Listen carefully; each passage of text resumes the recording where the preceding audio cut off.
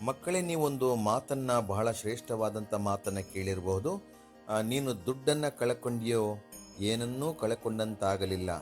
ನೀನು ಆರೋಗ್ಯವನ್ನು ಕಳಕೊಂಡಿಯೋ, ಸ್ವಲ್ಪವನ್ನ ಕಳೆದುಕೊಂಡಂತೆ.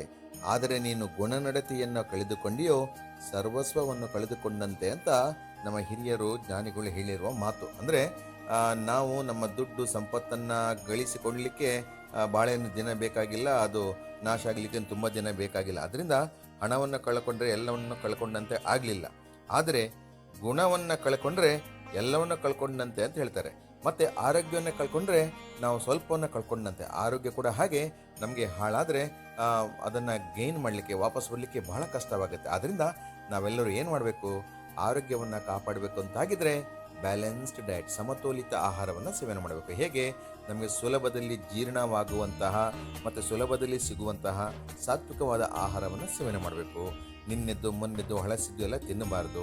ಮತ್ತು ಈ ಗ್ರೋವಿಂಗ್ ಏಜ್ನಲ್ಲಿ ಪ್ಯಾಕ್ಡ್ ಫುಡ್ಡನ್ನು ಮತ್ತು ತಾಮಸಿಕ ಆಹಾರ ಅಂತ ಹೇಳ್ತಾರೆ, ಪ್ರತಿನಿತ್ಯ ಅದನ್ನು ತಿನ್ನುವಂಥದ್ದನ್ನು ಮಾಡಬಾರ್ದು. ಅಪರೂಪಕ್ಕೊಮ್ಮೆ ಓಕೆ.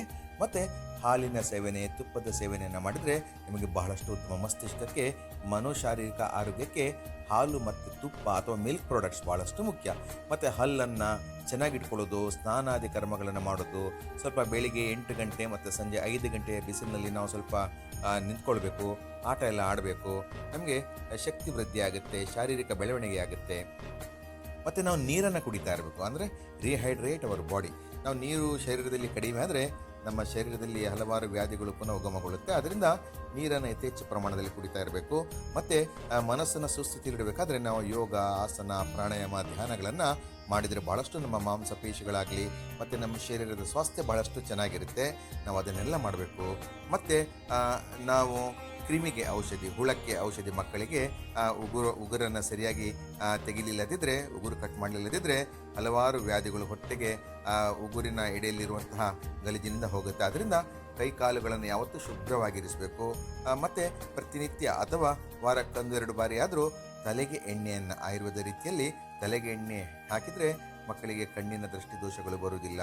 ಹೀಗೆ ನೆಲ್ಲಿಕಾಯಿನ ತಿನ್ಬೋದು, ಕುಂಬಳಕಾಯಿನ ತಿಂದರೆ ಭಾಳಷ್ಟು ಉತ್ತಮ.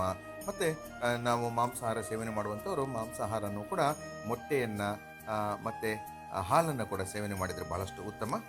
ನಾವು ಯಾರು ಕೂಡ ಏಕಾಂತವಾಗಿರಬಾರ್ದು. ನಾವು ಯಾವಾಗಲೂ ಸ್ನೇಹ ಜೀವಿಯಾಗಿರಬೇಕು. We should make everybody as our friend. ನಾವು ಒಳ್ಳೆಯ ಸ್ನೇಹಿತರನ್ನು, ಉತ್ತಮ ಓದುವಂತಹ ಮತ್ತು ಒಳ್ಳೆಯ ಜ್ಞಾನವನ್ನು ಕೊಡುವಂತಹ ಫ್ರೆಂಡ್ಸ್ಗಳನ್ನು ಇಟ್ಕೊಳ್ಬೇಕು. ಯಾರನ್ನು ಕೂಡ ಶತ್ರುಗಳನ್ನಾಗಿ ನಾವು ನೋಡಬಾರ್ದು.